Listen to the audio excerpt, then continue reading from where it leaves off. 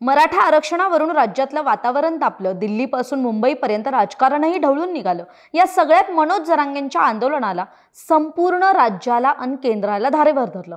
मागील महिन्यात जरांगेंचं उपोषण सोडवण्यासाठी खुद्द अर्जुन खोतकर आणि गिरीश महाजन यांनी सरकारकडून मध्यस्थी केली होती।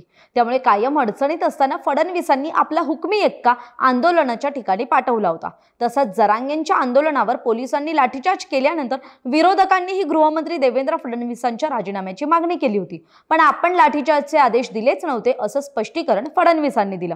तरी आताही आठवडाभराच्या उपोषणानंतर आणि जरांगेंची प्रकृती खालावल्यानंतर राज्य सरकारकडून अपक्ष आमदार बच्चू कडूंनी जरांगे आणि सरकारमध्ये एक प्रकारे मध्यस्थी केली। त्यामुळे जसे फडणवीसांचे संकटमोचक हे गिरीश महाजन आहेत, तसे बच्चू कडू हे मुख्यमंत्री एकनाथ शिंदेंचे संकटमोचक झालेत का अशी चर्चा राजकीय वर्तुळात सुरू झाली आहे। मनोज जरांगे यांनी सप्टेंबर महिन्यातही सलग 17 दिवस आंदोलन केलं होतं।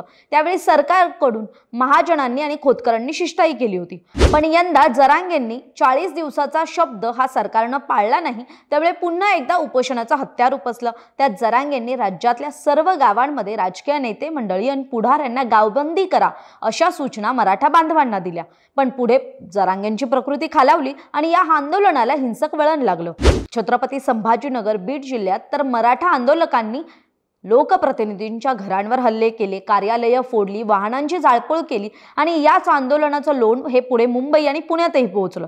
त्यामुळे आता सरकारनं प्रस्थापित नेत्यांना सोडून पुन्हा एकदा बच्चू कडूंना मध्यस्थीसाठी पुढे केलेलं दिसलं।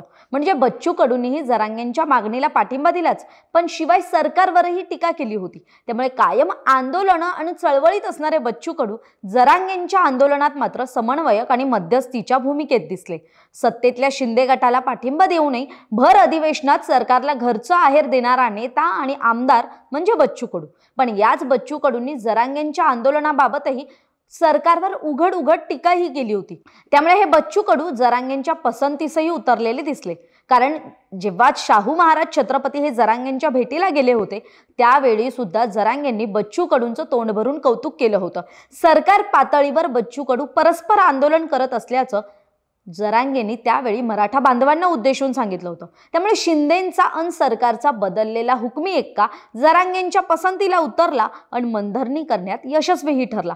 त्यामुळे सरकारी शिष्टमंडळ समितीत नसूनही बच्चू कडू काल जरांगेंच्या मंचावर दिसून आले। त्यामुळे जरांगेंच्या मंचावर दिसणारा बच्चू कडूंचा वावर हा काहीसा शिष्टाईत सफलता मिळाली असा दाखवून देणारा आणि जरांगे उपोषण सोडतील असे संकेत देणारा होता।